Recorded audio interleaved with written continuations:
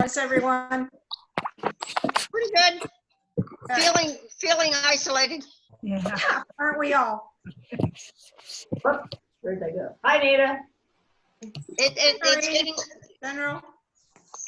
Hello, hello. Hi, Alan. How you doing? Good. How about you? Hanging in there, just sitting around. We had to cancel a couple of trips, but other than that, doing okay. We finally got our money back from Tim. We had insurance for our trip to Austria back in March, and they finally gave us our money. Oh, that's great. Hey. Yay! Did you buy trip insurance? This is the first time we did, and then they said they'll give it.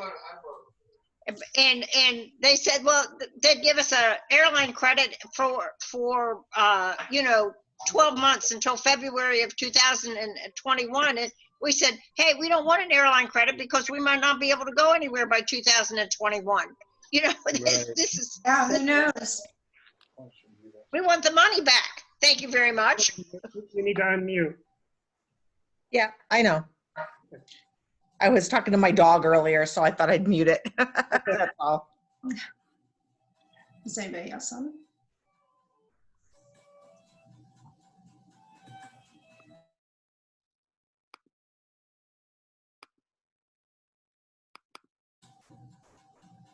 Cheryl, unmute yourself.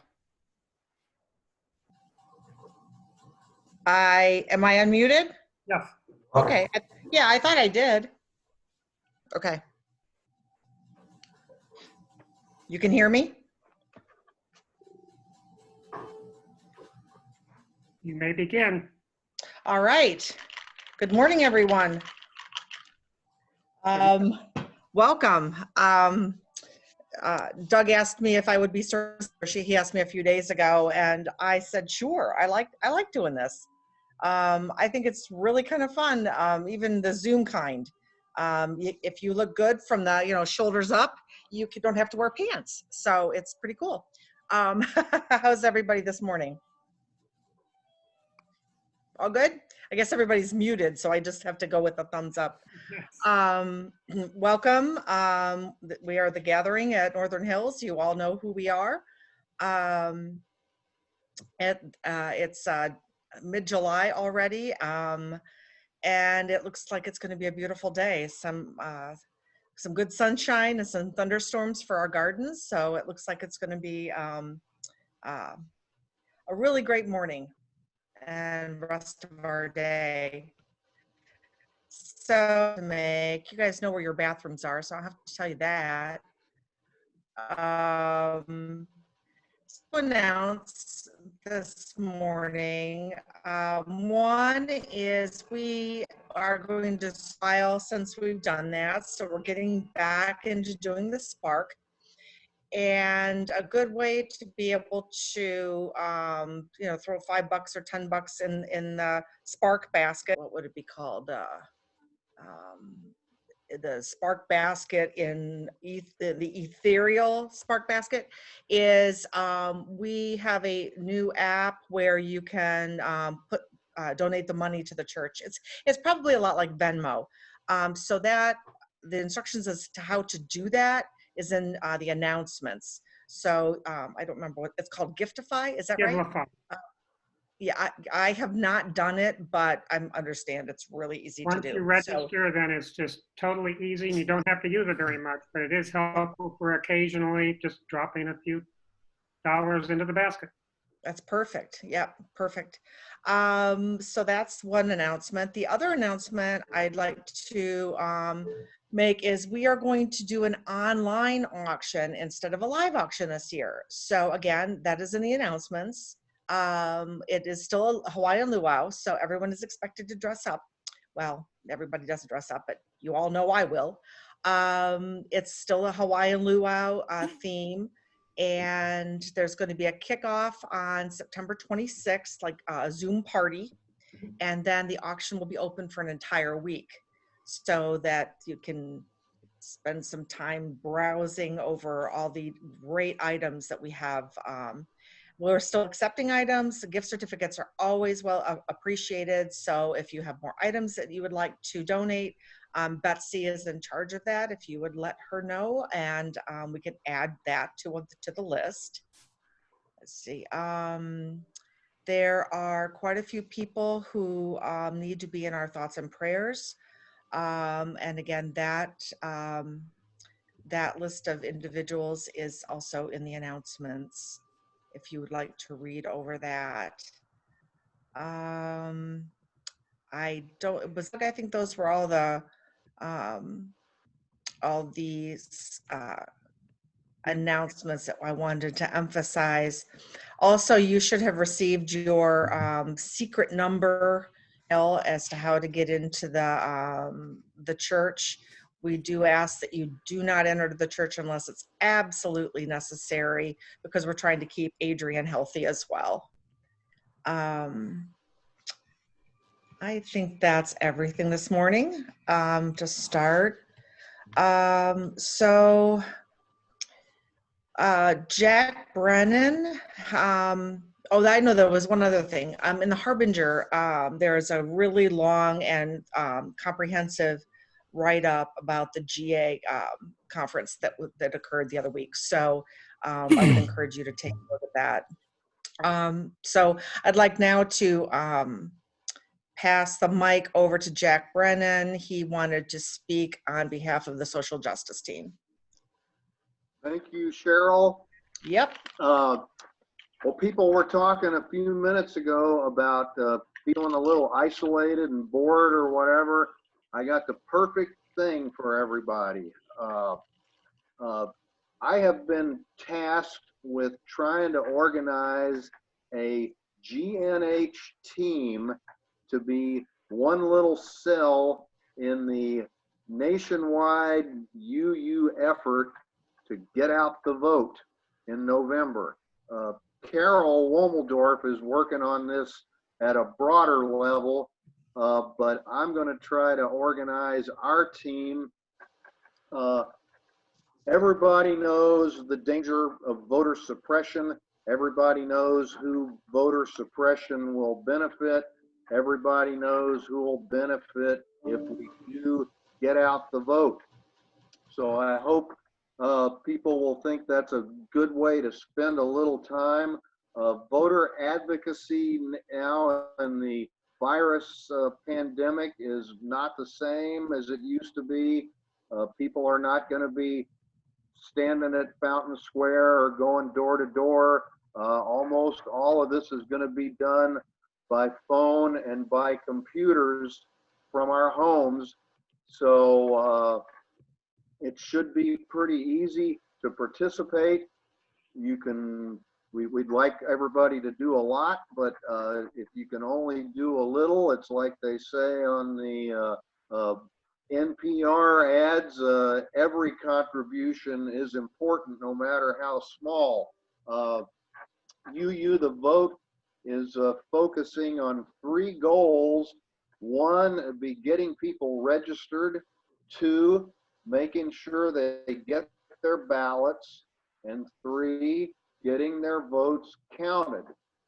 I don't have any more details on this right now, but I'm in contact with a very nice lady who's like a local or regional organizer for this, and she knows I'm making this appeal today, and I hope to be able to report back to her in a couple of days that we have a good large handful of people who, without committing to anything specific, have indicated their willingness to be contacted and volunteer. So I think everybody knows how to get a hold of me, text or email or a good old-fashioned phone call.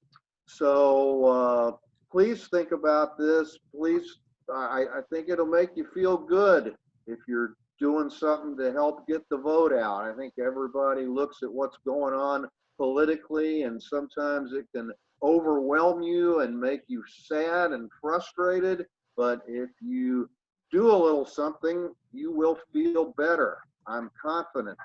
So I look forward to hearing from people in the next couple days. Thank you very much. Thank you, Jack. I think I can probably help with some of that. Oh, I shouldn't have said that publicly now. Signed up. I have lots of witnesses because I'm back to mask making, which is keeping me plenty busy because now with some of the changes, there's lots of masks being requested, but I certainly have time to help with some of that. Okay, our next activity will be lighting the chalice. So Alan was going to put up a video for us, and if you'll join with me.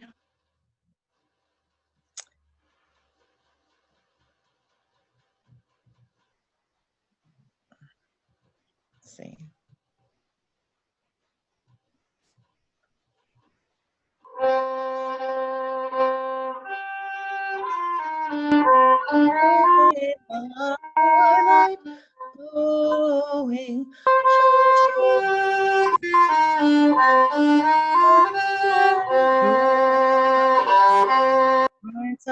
Going, yeah.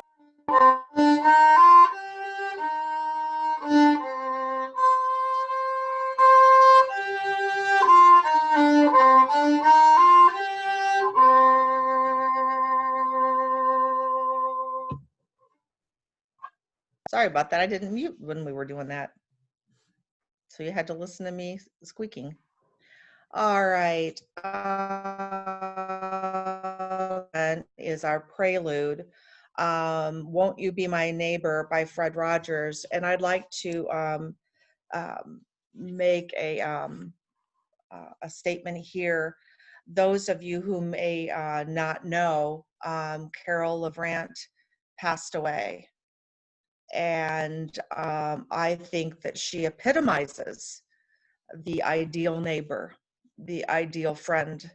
I'm getting goosebumps and tears.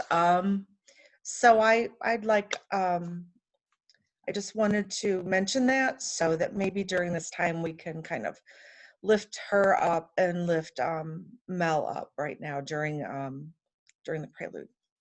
Thanks.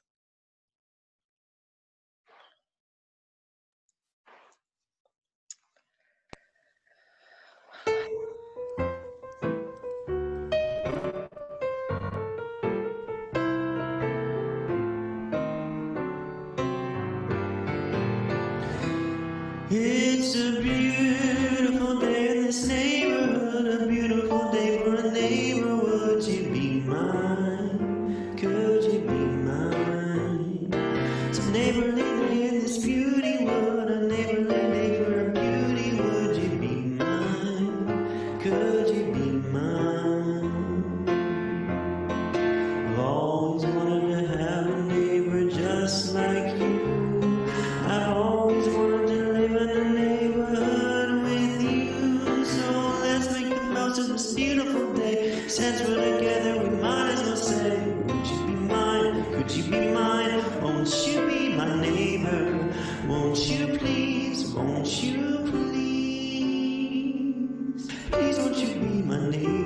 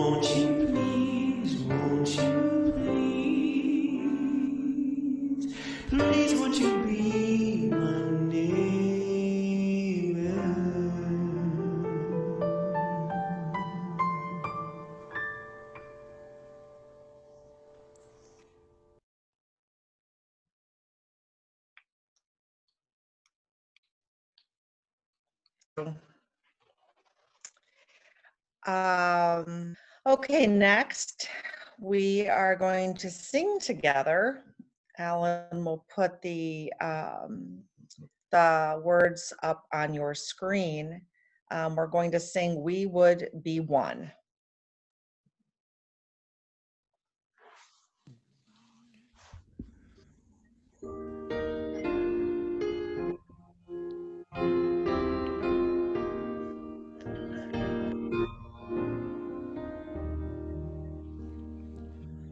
We would be one as now we join in singing our hymn of love to pledge ourselves anew to that high cause of greater understanding of who we are and what in us is true. We would be one in living for each other to show to all a new community. We would be one in building for tomorrow a nobler world than we have known today. We would be one in searching for the meaning which binds our hearts and points us on our way. As one we pledge ourselves to greater service. With love and justice strive to make us free.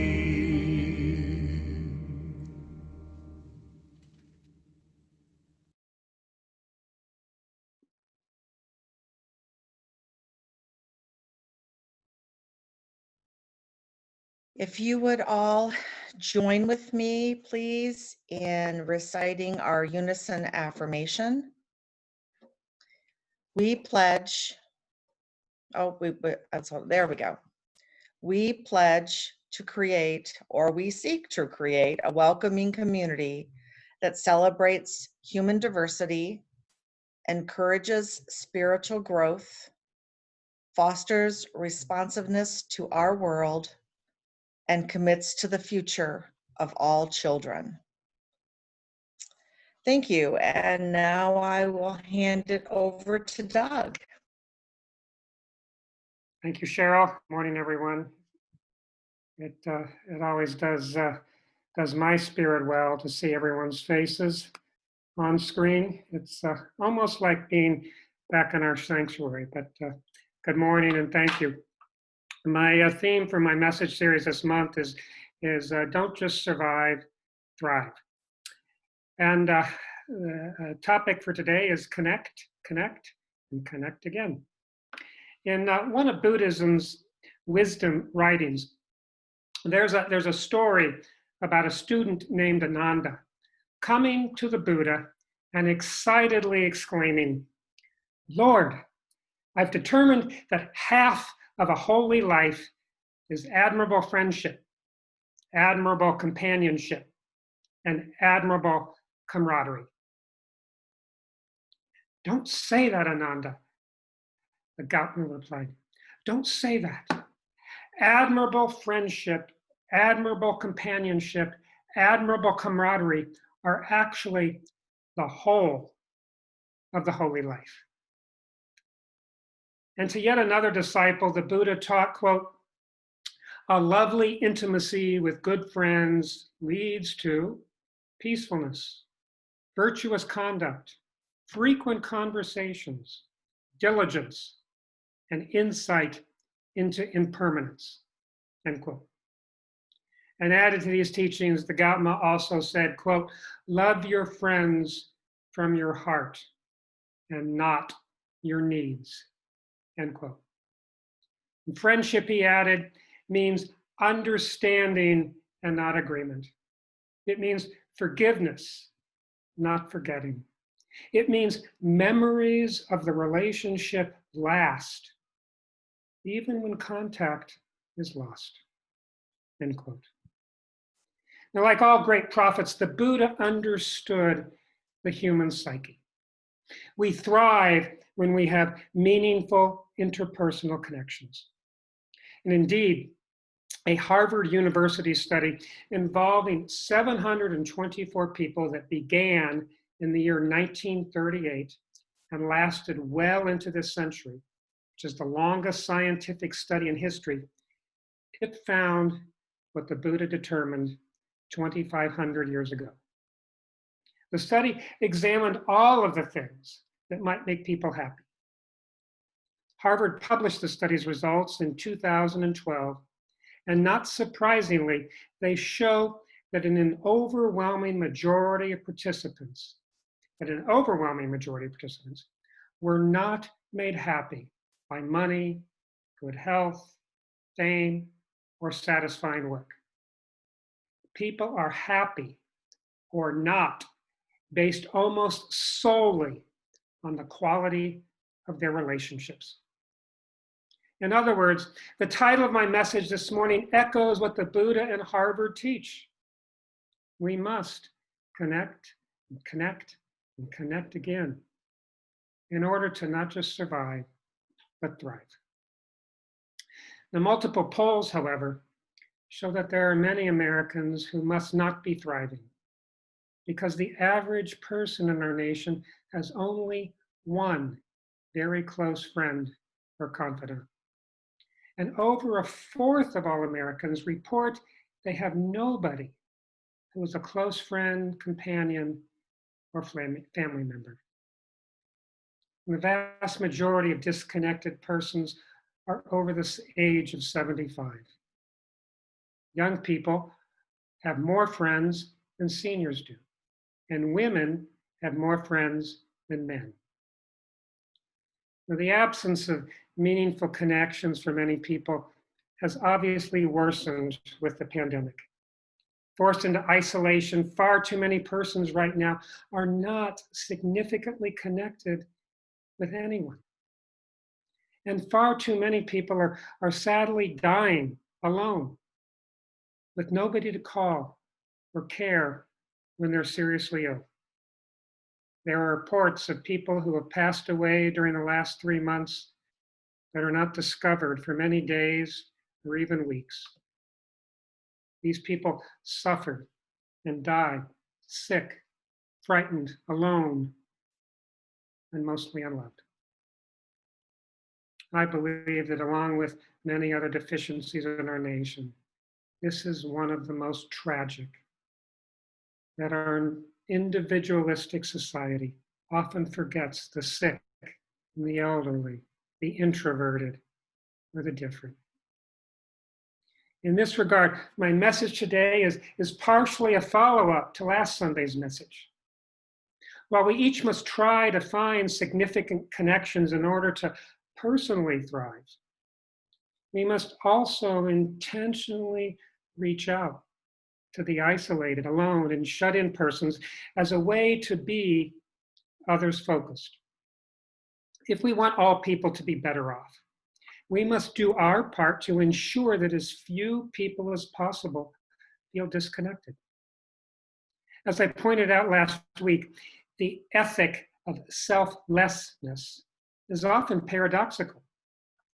By being selfless and intentionally connecting with other people, particularly those who may be alone, we not only help the larger society thrive, we help ourselves thrive too. That's something that Jack Brennan alluded to by getting involved with the effort for UU the Vote. But people who feel they have at least one highly meaningful interpersonal connection, they have much higher levels of self-esteem. They're more trusting, cooperative, and empathetic. And that creates a feedback loop of happiness. When someone is empathetic and kind to someone else, That person returns the favor by being kind and empathetic to the one who initiated the connection. Happiness is therefore spread as a result. Connections also help improve our physical health. Meaningfully connected people smoke less, eat less, drink less alcohol, have lower blood pressure, and less heart disease than those who have few or no interpersonal connections. And all of this points to a logical conclusion. If we want to thrive, if we want to be happy, if we wish to improve our health, we must be connected to other people. As someone who has always been something of an introvert, I find friendships difficult to form, not because I don't want them, but because I'm by nature shy in starting the kinds of bonds that make for true companionship. But interestingly, experts say that introverted people are not necessarily unhappy if they feel they are meaningfully connected to at least one person. The key, psychologists say, is what a person feels. Does one feel nurtured, validated, and liked? Does at least one other person add value to a person's life?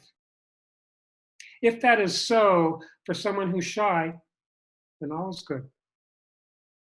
Ultimately, to feel happy by being connected to others depends on the quality of relationships, not the quantity. Now, the Buddha described 4 qualities that make for a genuine friend, comrade, or companion. Is the other person a helper? Someone who is there for you when you need support?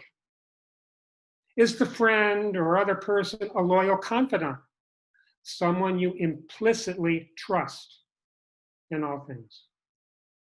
Is the person a mentor? Someone who gently helps you grow into a better person? And finally, is he or she a compassionate person? Someone who will reliably understand and support you in good and bad times. Importantly, psychologists and the Buddha also warn against toxic relationships. Once again, the Gautama offered timeless wisdom. False friends, he said, are grasping. They value a relationship for what it provides them. There is little or no giving or listening, only taking and speaking.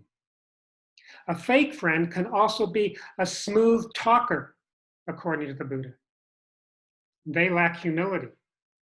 The relationship is centered around them. The Buddha also said a toxic friend can be an ear tickler. She or he flatters you nonstop, usually as a way to get something from you. And this is, of course, a sign that the relationship is not grounded in mutual trust. And a final form of an inauthentic friend for the Buddha is someone who leads you to waste money on things that are harmful and don't lead to growth and enlightenment. Someone with whom you are meaningfully connected doesn't have to, according to the Buddha, possess great status or be known to be a tremendously wise person. Instead, the Buddha advised that we look for simple qualities in a friend or comrade.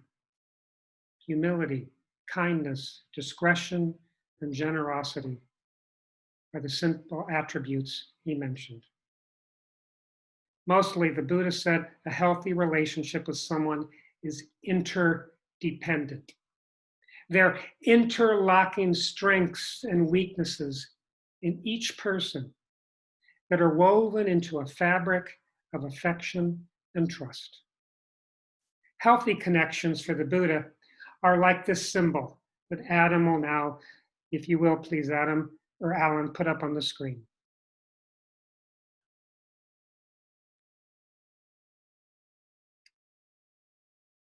This is called the endless knot. And it is, as I said, what the Buddha uses as a symbol for friendship or connection to others. Thank you, Ellen.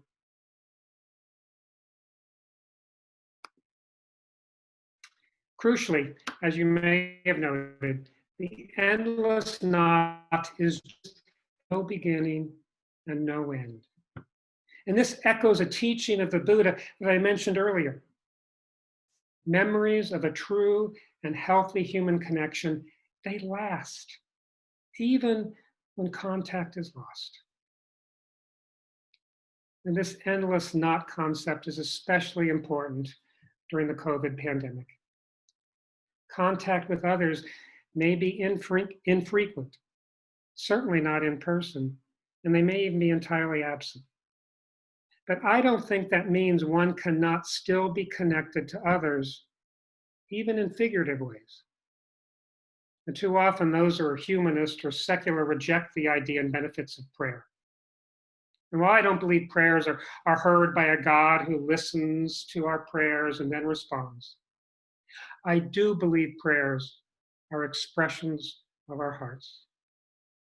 And for many world religions, prayer is already considered an outpouring of the heart and not something any God doesn't know.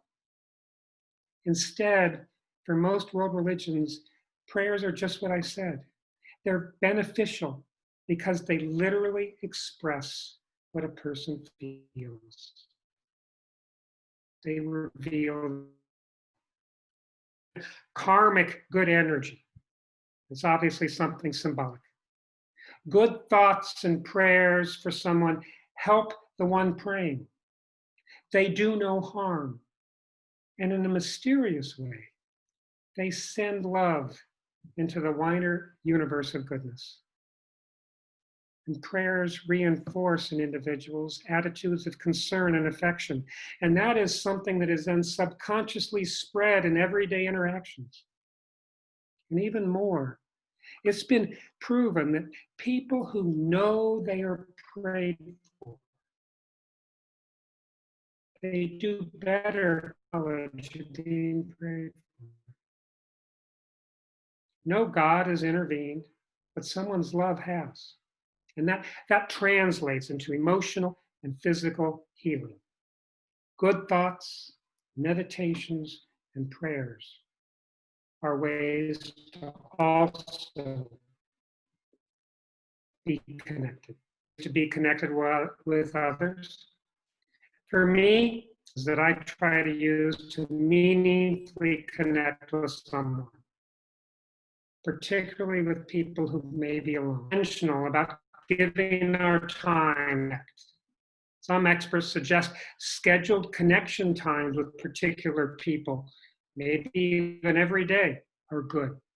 One single member I know in our congregation checks in every day with two friends who are also single and live alone. This person has formed two meaningful connections that assure one another not only that they are each okay, but that they are each loved. Psychologists say that having at least one meaningful conversation with another person every single day is essential for well-being. And I do think a meaningful conversation is one that moves beyond superficial platitudes. And instead they explore feelings and joys and sorrows and personal stories. And that leads to my second suggestion for meaningfully connecting. We must be willing to be vulnerable with the person to whom we're connecting. During this isolation time, it's okay to share with another that you're lonely or upset or angry or afraid or whatever. I've found that in my life, the more I take off my mask that everything's okay with me, the more I offer symbolic connecting points into my deeper feelings. Vulnerability is about honestly sharing a hurting but hidden piece of ourselves. And of course, most empathetic people will respond, and a meaningful connection is thereby formed. And of course, connecting is a two-way street. We should be vulnerable with our challenges, but our equal or greater intent is to be a compassionate confidant to someone else. And that means what I say is my third suggestion here is listening to others, at least equal to the time we talk. It means not judging, changing the subject, or interrupting. It means not just hearing the other person's words, but really discerning the underlying emotions behind their words. If someone says they're fine, what does that mean? Is the person just surviving, or are they happy and content? And why do they feel that way? Ask them, and then follow up with further questions that often lead to a deeper conversation. As I hope everyone knows, and everybody is aware, as repeated for the last month and a half quite often, everyone at GNH is now a part of a support group. But perhaps not everyone is actively participating in these groups. And I encourage that. These groups are not intended to replace the other connections we each have, but they are intended to help us express the covenant that we each made when we joined GNH, that we will support one another. And the support groups are also meant to realize a larger spiritual goal, that every single person has wisdom and compassion and listening ears to share. In that sense, everybody's a minister. And those like me who are ministers as a profession, we're not any more holy or wise or compassionate than anyone else. Most limit in-person connections. These support groups offer us a way to bless both ourselves and other members, taking perhaps only an hour or two a month, or of course more if you wish. We can get to know others in our congregation who we may not know well. We can serve and love those who live alone and might be lonely. We can literally expand the already hundreds of bonds of connection that tie the gathering in Northern Hills together. And this congregation, as we know, is much more than a group of people who meet every Sunday. We exist to support one another. We exist to support the congregation as a whole. And we exist to support the outside world. And that's what separates spiritual communities from secular organizations. We're a part of something much, much bigger than our own selves. GNH is a congregation that makes a difference in each of our lives, in the lives of all members, and in the lives of those who hurt and suffer in the wider world. In every essential part for the better.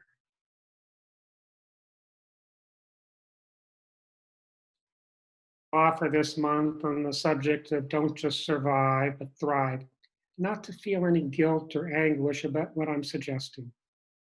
During this pandemic, just surviving any depressions or frustrations, that can be a victory.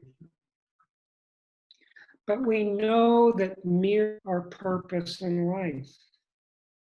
We don't exist just to live for a time and then die. To be change agents for the better is what it means to thrive. And I suggest that one important way to do that is as I talked about last week, to transform our thinking from the me to the we. How can we serve the whole of humanity, at least equal to how we serve ourselves? And another way is what I'm talking about today. We must each reach out to others especially the most lonely, and meaningfully connect. We do that to serve others, but in the process, we also serve ourselves. Every life is enriched by interpersonal connections. Let us, therefore, connect and connect and connect again. Thank you for listening, and I wish each of you peace and joy. Now for a brief discussion time, as I have in the programs if you took a look. I'm interested in any of your thoughts about how you connect with people, or ideas on how we as a larger congregation can better connect with one another. I'm interested in your ideas about what works for you with interpersonal connections. And please, in order to offer a thought or comment, raise your hand visually or use the chat button to offer your idea or to say, hey, I want to speak. And Alan and I will try and call on you.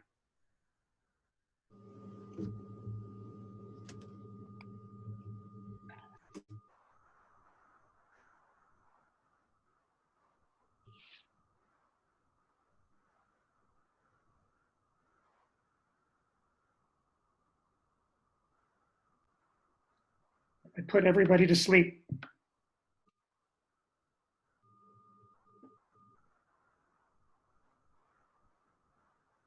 What helps you feel connected? We had General waving his hand, so. General, or whoever wants to speak. Noreen. Okay. I got us unmuted. Yeah. I want to speak about my darling wife. Okay? Because she, all through this COVID-19 thing, she's been connecting all over the place. She has been the neighborhood cookie deliverer. She bakes cookies. She won't let me have any, but she passes them out. And she has a 94-year-old cousin who lives out in Mason, who she makes lunch for every week. Every week, delivers the meal to her and sits and talks with her for at least an hour or so. And that's you know, she's the one who's doing all the connecting. You know, all I do is I'm still Uber driver for my grandson. That's about it. Wow. Trying to teach him how to drive so I don't have to do that anymore. Well, you're meaningfully connecting with him as well, then, General. That's wonderful about your daughter. That really is a great idea. And No, Noreen is doing all that. Oh, Noreen, I'm sorry. Oh my goodness. Yes. My daughter's just working. That's all she's doing. Oh, okay. Noreen, I didn't know you were doing that. Oh, wow. My 94-year-old cousin still gets on her tractor. She has a farm, and she cuts her grass, like about 20 acres of grass, but she can't cook anymore because her hip, and she's on a walker. So I fix meals that she can freeze, and then we just have fun talking about the family. She's like my best girlfriend and cousin. Well, I've had the privilege of having some of your dessert treats. So friends and associates and colleagues are very happy. Thank you, Noreen, for doing that. It's like Keith has a comment. So you should be able to unmute yourself, Keith. You're still muted, Keith. Unmute yourself, Keith.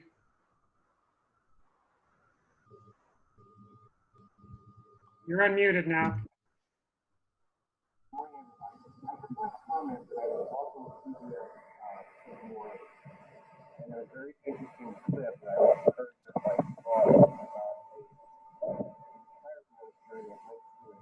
Keith, we're not hearing you very well. Could you speak closer?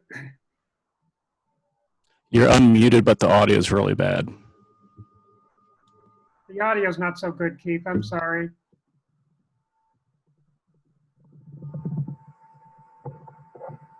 Put it in the chat, okay. Thank you, Keith. Daryl, you were doing a lot of connecting with senior citizens for quite a while. Yeah, I've been doing a lot of volunteer work. I was helping up at a senior citizen apartment. I wasn't really interacting with the senior citizens so much as because again, we were trying to reduce, contact with people, but I was donating items. So that was it was a different kind of connection in terms of, it was items we were donating, then we got, feedback. They felt really appreciative. I also have been helping, there's a kind of like a soup kitchen church up in Hamilton. They get about hot meals twice a week. And I've gone up there and helped hand out goodie bags, snacks, bags full of apples, oranges, granola bars, things like that. With people, most of them are either homeless or they're an underserved population. And those, you all know the kind of person I am. Some of the people that were helping up there were just handing these people their bags and they'd go off. But I don't do that. I stand and some of these people, they don't want to make eye contact. A lot of them are drug addicts.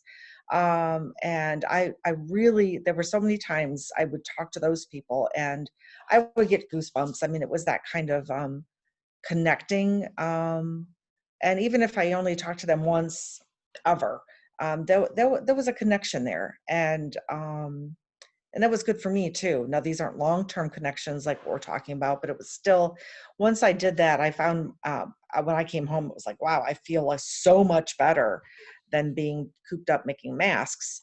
Although making masks, I've met some amazingly wonderful people and we've developed some bonds, some friendships just through that. And that's, I've made 1,300 masks so far, something like that. But there have been a few people that we've really, really remained connected. And you never know where you're going to run into potential friendships like that. Yeah. I know early on during the pandemic and the time of isolation, Jackie Clarkson and her daughter Arlen Hester, they went around anonymously to a number of members, and I'm sure many of you were recipients of it, and dropped off bouquets of flowers at everybody's doorstep. And they did it anonymously, but somebody was able to feel connected, knowing that whoever it was out there cared about them and wanted to offer a connecting niceness. Any other thoughts people may have?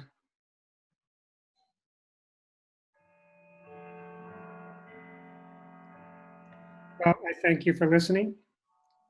And Cheryl, you may.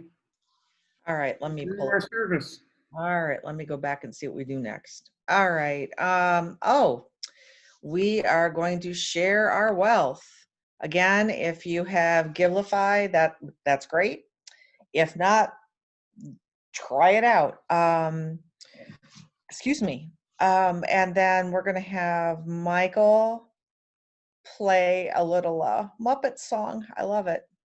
The Rainbow Connection.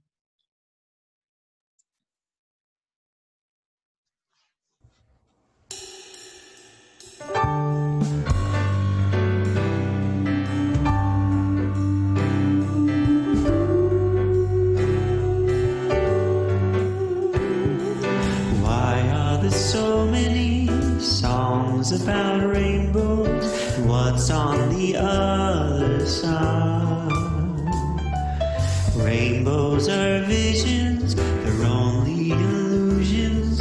Rainbows have nothing to hide. So we've been told, and some chose to believe it, but I know the wrong way and see. We'll find it, the rainbow connection, the lovers, the dreamers, and me.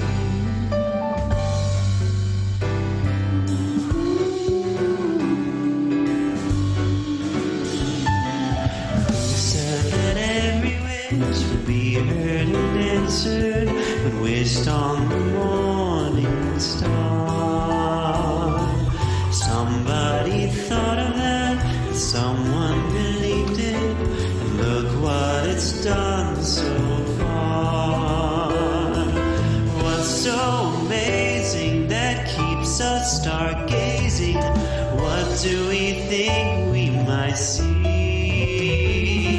Someday we'll find it, the rainbow connection, the lovers, the dreamers, me, all of us under its spell. We know that it's probably magic. Have you been fast asleep? Have you heard the voices? I've heard them calling my name. Is this the sweet sound that calls the young sailors? The voice could be one and the same. And I've heard it too many times to ignore it. It's something I'm supposed to be. Someday we'll find it, the rainbow connection, the lovers, the dreamers, me.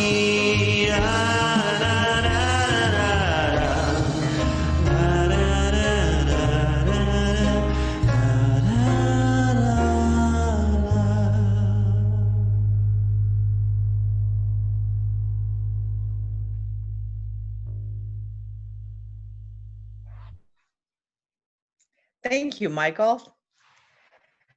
Okay, at this point of our morning, we will offer you each an opportunity to share joys and sorrow.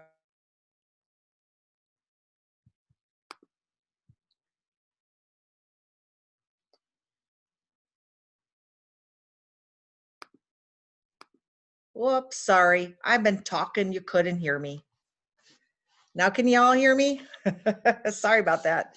Okay, this is the point at which we're going to share our joys and sorrows. You each can have an opportunity to share what might be on your mind or hearts. If you want to put a note down in the chat, and then we can call on you, and then you can share your joy or sorrow.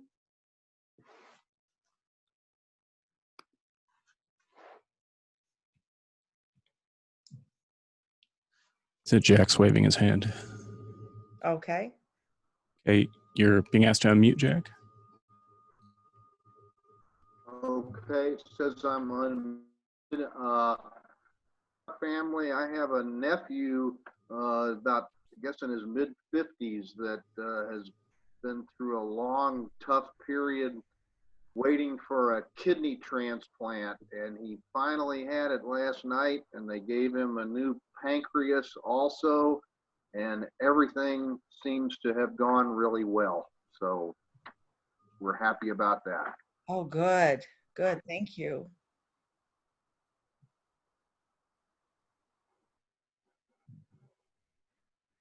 Sue Klein would like to speak.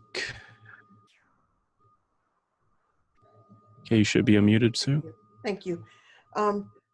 Joel Arajo asked me to share that one of their family members this week, their dog Spot, a family member for 12 years, had to leave this earth. And so, of course, as many of you who have pets know, that is a difficult and sad situation. Our pets are never with us long enough. Thank you, Sue. You may know who used to live with me. She also had, and Logan just turned 25, so she's had that cat since she was 5 years old. It was really tough. They are definitely family members. Michael, do you want to share what you wrote, or do you I read it for you? I can say it. Yeah, so my little brother Luke we had like a scare with him where he was sick, and we thought maybe he had COVID, but he got tested and he had been negative. He had been working this really bad job at a large chain store that he just hated, and he was with a lot of people, so he didn't like that. But and then like all in one day, he got his negative results, and then he started feeling better. And then he got a new job at a medical lab, and it was just great. So I'm just really happy for him. I want to briefly jump in here and reinforce what Cheryl said at the beginning about on our announcement insert that is sent out every Thursday. And on that is our thoughts and prayers list. And call your particular attention again this week to them. There's some new ones added to that. I would say overall, just in relationship to my message, is we can probably all know, or we probably all do know, some of the members of our congregation who are older, who live alone. And I spoke to two of the members on Friday, and I won't mention their names other than I will say Mary Lou Outman, because she indicated that I'm welcome to spread the news. She invites phone calls. She may not always answer. She doesn't oftentimes hear the ring, but she loves connecting, even for just a brief phone call. And her health is slipped a bit, and she's not able to get outdoors. Her son is watching very closely over her. But she is someone especially we can reach out and connect to. She's certainly a joy in all of our lives and has been for so long. And she has a tremendously upbeat spirit. And if you might think or look at a list of members of some others who are seniors who live alone, a note, especially a phone call, can be especially important to some of these people. And then one of our members said this member felt particularly alone and not connected, even though the person has one or two friends in the congregation who do help out. But we can all think especially of those people. So I lift them up to you. Okay, Sue has one more. Thank you. I would just like to ask for some shared concern for my daughter who was not feeling well and exhibiting some symptoms. She had a COVID test. Yes, of course we do spend some time with her and with her children. It's a concern for us, but mostly for her. So I'm, as a mom, I'm worried. So thank you. I want to just add one brief comment about Mel LeBrand. Connected with him yesterday, soon after Carol passed overnight. Have not been able to touch base with him since then. I'm sure he's busy with his children and family members. But I hope to be able to get back to you about any kind of memorial or remembrance opportunity that we can have for Carol, who was a dear, longtime member of the former Northern Hills Fellowship, and it's certainly the gathering at Northern Hills. And our memories of her are fond and deep, and we loved her greatly. We send her off to her well-deserved rest with lots of love. But of course, now we turn our attention and our love to Mel. And he will, I'm sure, reconnect in some way with us and with me, and I'll keep everybody apprised about that.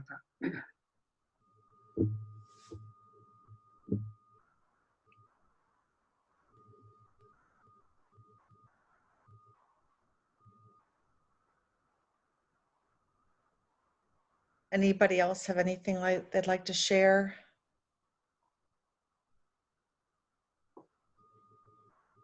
Okay. So our last activity this morning is to sing together, Lean on Me. It's one of my favorite songs. It seems especially appropriate on for this topic on connecting with one another. And not only should we allow others to lean on us, but we need to learn to lean on that. So Okay. Lean on me.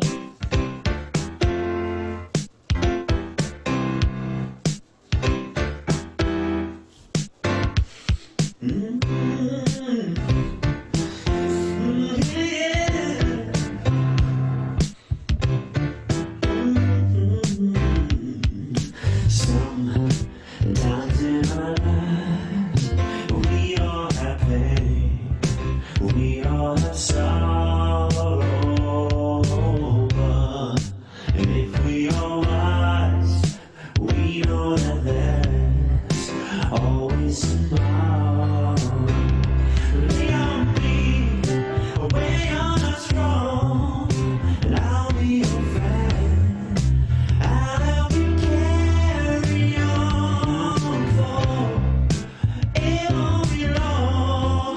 So I'm gonna need somebody to lean on. Please swallow your pride.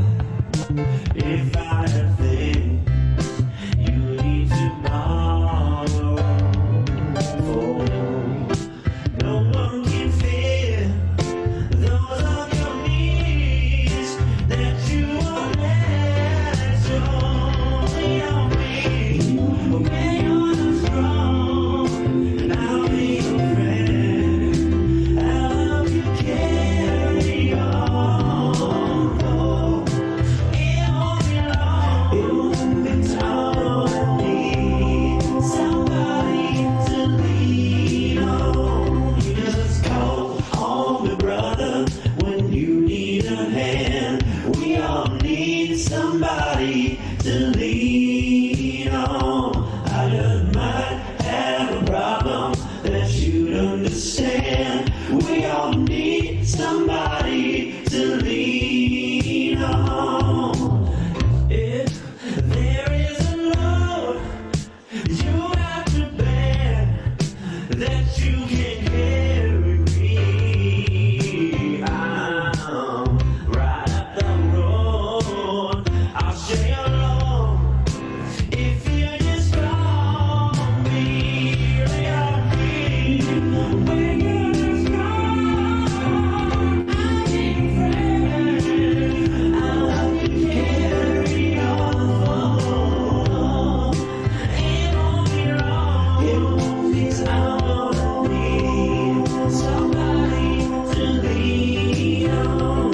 You just call on me, brother, when you need a hand. We all need somebody to lean on. I just might have a problem that you'd understand. We all need somebody to lean on. Lay on me, lay on the strong. Yeah, let me a friend. I'll help you carry on. It won't be long. Time to need somebody to lean on.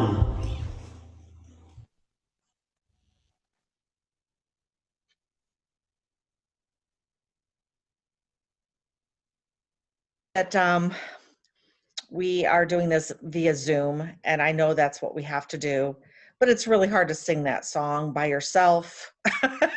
I like dancing in GNH with this song. So I'm reaching my hands out and singing with y'all. Okay. So closing words. Go out and reach out to somebody today or this week. Oh,